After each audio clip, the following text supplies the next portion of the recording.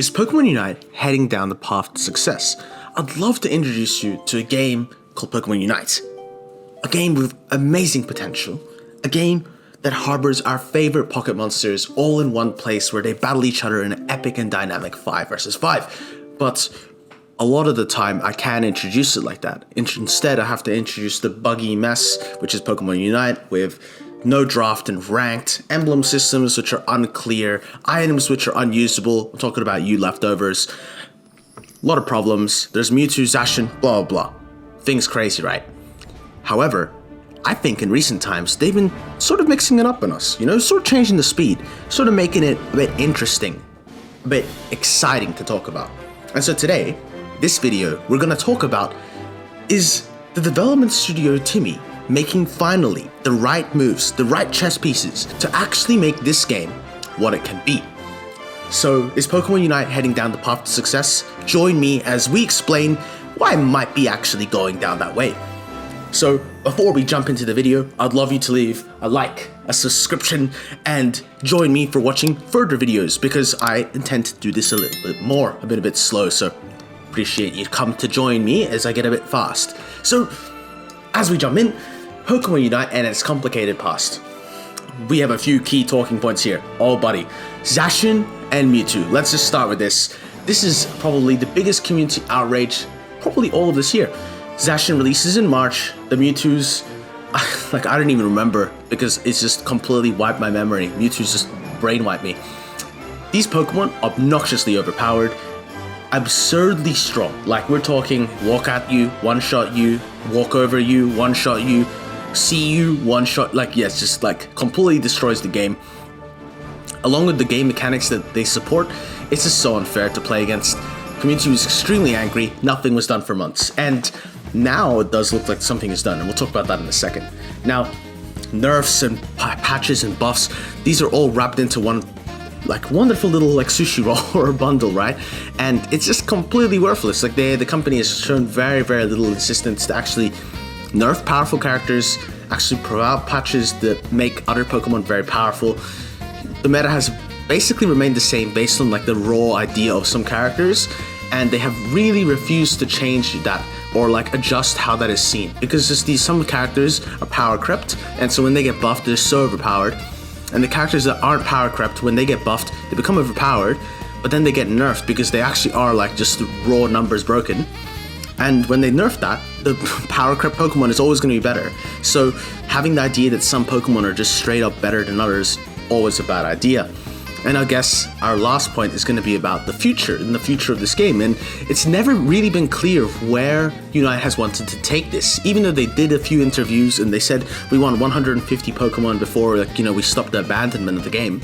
Now, that has always put in a long lifeline. Like we're only like 58 to 60 almost Pokemon in the game, which is amazing, great, right? 1/3. However, we don't know what was been happening. There's a talk of draft, China's 2.0 release, which is a video I highlighted recently. All these ideas, no one really knew what Pokemon Unite's gonna do, and there's a lot of frustration and anger. Every year around about a month ago, everyone would say, oh, the game is dying. They left us with the Mewtwo hibernation time chamber for about a month, and honestly, it felt like you were locked in a freezer. It was terrible to play the game at that point. Like there was no point in playing ranked. Now that's a whole nother issue, right? Like the rank system sucks, standard games, there's none of those.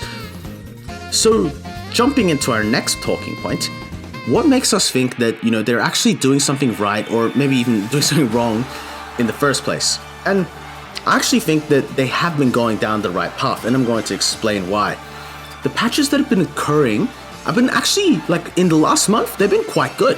They've been quite good, guys. Like the problematic Pokemon, or Shifu is getting constantly nerfed. We wouldn't need Zoroark to get nerfed as well. But hey, look, like if we look at what's been nerfed, we got some Mewtwo touch-ups, Zacian's in touch-up. Of course, they had a bug now.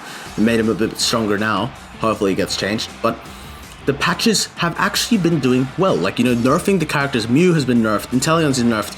We hope that the Dragapult hasn't just been buffed because of the skin. But I mean, superstitions will be superstitions. And they're buffing these characters with low play rates. They're actually getting things involved in the game. Sableye got a skin and didn't get buffed. That's incredible, right? So the game has attempted to fix the issue with Zacian and Mewtwo, and I'm going to dive into that in a second. It's called the EX issue. I'm going to make a whole nother video on this, but Quite simply put, they're like, okay, no more ranked. EXs can only be one a team, and then starting the season 18, I think, nobody can have an EX. And that is going to be like, to me, oh my goodness, no Zacian or Mewtwo in the playing field.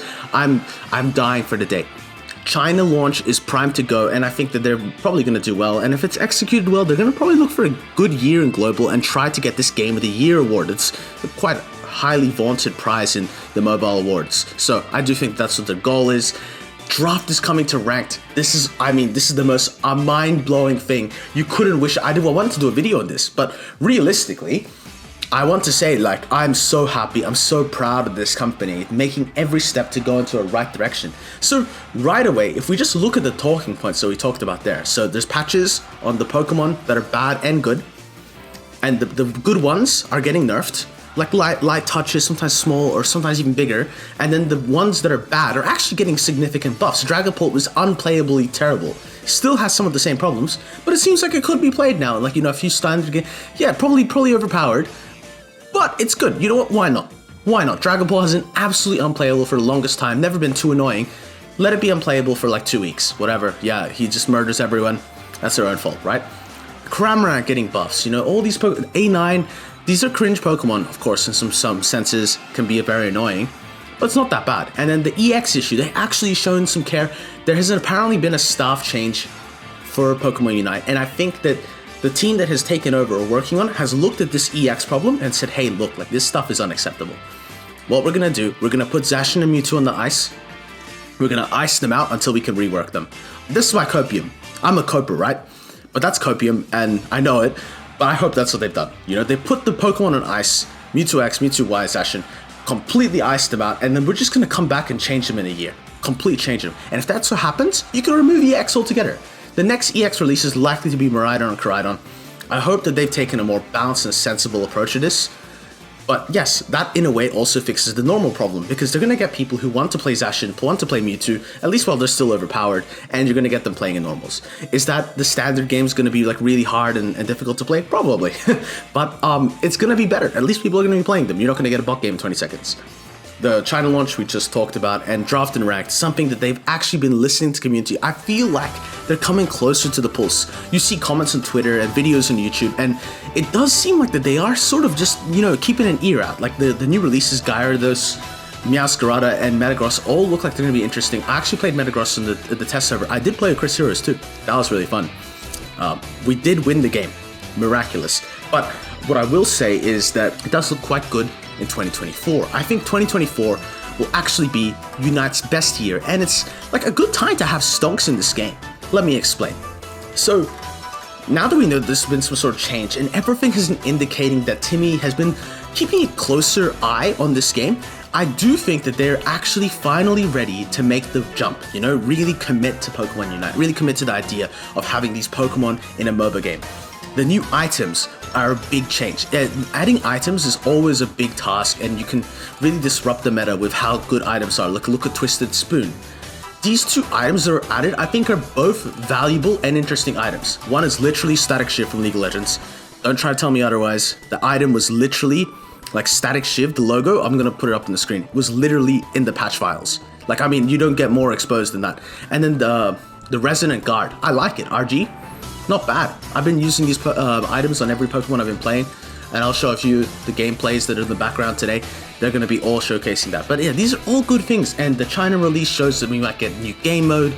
Draft is coming, right? So draft coming to ranked is already like the biggest point, and they directly discuss that. That's 100% coming. Remote Stadium coming back could be very interesting. Like, we're talking about, like, you need to know how to play 2 different maps. It makes the game a bit harder to get into, but it's a 10-minute game.